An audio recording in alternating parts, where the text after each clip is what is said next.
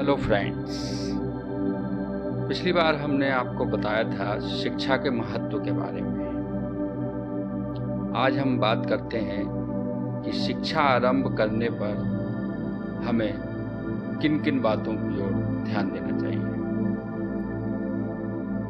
किसी भी शिक्षा पद्धति में या किसी भी कोर्स का अध्ययन आरंभ करने से पहले हमें बहुत सी बातों का ध्यान देना होता है, जिसमें सबसे पहले लक्ष्य, एकाग्रता, अनुशासन, निरंतरता, अभ्यास, मूल्यांकन, इन सब चीज़ों का महत्वपूर्ण योगदान रहता है। इन सब का सही से अनुपालन करने के पश्चात ही हमें इसका सही फल और परिणाम प्राप्त होता है।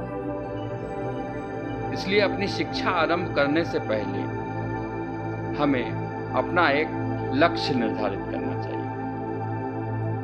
लक्ष्य निर्धारण के लिए हमें अपना स्वमूल्यांकन भी अवश्य करना होगा, ताकि हम लक्ष्य का निर्धारण अपनी योग्यता के अनुरूप ही करें। प्रत्येक व्यक्ति के अंदर प्रतिभा होती है, पर कोई किसी खेल में अच्छा होता है तो कोई किसी दूसरे खेल में। इसी प्रकार पढ़ाई में भी कोई विज्ञान में रुचि रखता है, कोई कॉमर्स में, तो कोई इतिहास, भूगोल, कला के क्षेत्र में रुचि रखता है। जब हम अपने शिक्षा की विधा का चयन अपनी रुचि और क्षमता के हिसाब से करेंगे, तभी हम अपने लक्ष्य की ओर अग्रसर हो सकेंगे। इसको हम एक महाभारत की कहानी के उदाहरण के माध्यम से और अच्छी तरह से समझ सकते हैं। पांडवों में भीम और कौरवों में दुर्योधन अत्यधिक बलशाली थे। इसलिए गुरु द्रोणाचार्य ने उन्हें गदा युद्ध सिखाकर उसमें निपुणता दी। इसके अतिरिक्त पांडव और कौरव दोनों ओर के योद्धाओं ने गुरु द्रोणाचार्य से धनुष विद्या सीखी थी, लेकिन अर्जुन धनुर्विद्या में सर्वश्रेष्ठ थे और गुरु द्रोणाचार्य के अत्यंत प्रिय भी थे। एक दिन सारे राजकुमार इकट्ठा होकर गुरु द्रोणाचार्य के पास गए और कहने लगे कि आपको अर्जुन अति प्रिय है, इसलिए आपने उसे विशेष ज्ञान दिया है, जिससे उसका धनुष विद्या में निशाना सबसे तेज है। इस पर गुरु द्रोणाचार्य ने कहा कि आज मैं सभी को एक ही तरह से निशाना लगाना बताऊंगा। उन्होंने सभी को मैदान में इकट्ठा किया और एक पेड़ पर नकली चिड़िया स्थापित कर उसकी बाईं आंख पर सबको निशाना लगाने के लिए कहा। सभी राजकुमारों को धनुष पकड़ना, समान दूरी से खड़े रहना, एक आंख बंद करके चिड़िया की आंख की ओर देखकर निशाना लगाने को कहना, ये सभी किया गया। और फिर गुरु द्रोणाचार्य जी ने निशाना लगाने से पहले सभी से पूछा कि बताओ तुम्हें क्या दिख रहा है।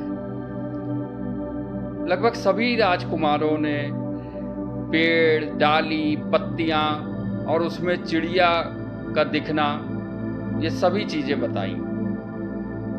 सभी लोगों ने अपने जब तीर छोड़े तो उन सभी का निशाना चिड़ियों के आसपास ही लगा।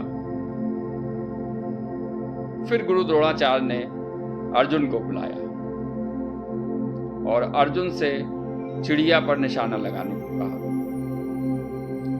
उसके बाद गुरुजी ने अर्जुन से पूछा कि तुम्हें क्या दिख रहा है। अर्जुन ने कहा, गुरुजी मुझे तो सिर्फ चिड़िया की बाईं आंख दिख रही है। यह कहकर अर्जुन ने तीर छोड़ा। तीर सीधा चिड़िया की बाईं आंख पर निशाने पर लगा। तो इस कहानी से स्पष्ट है कि जब हम लक्ष्य से इधर उधर भटकते हैं तो फिर हमारा निशाना भी बिल्कुल सटीक नहीं लगता। जीवन में कोई लक्ष्य न होने पर आप जीवन के मैदान पर इधर उधर दौड़ते हुए ही पूरा जीवन अपना व्यतीत कर देंगे और एक भी गोल मतलब एक भी लक्ष्य आप नहीं प्राप्त कर पाएंगे। इस संबंध में किसी ने कहा भी है कि बिना लक्ष्य का जीवन बिना पते के लिफाफे के समान है, जो कभी भी किसी गंतव्य स्थान पर नहीं पहुंच पाता है। अतः साथियों, हमें अपने शिक्षा के लिए सबसे पहले एक लक्ष्य निर्धारित करना चाहिए जो हमारी क्षमता, हमारी रुचि और हमारे मनोयोग के अनुकूल हो, तभी हम जीवन में अपने लक्ष्य को निर्धारित करने के उपरांत सही स्थान प्राप्त कर पाएंगे।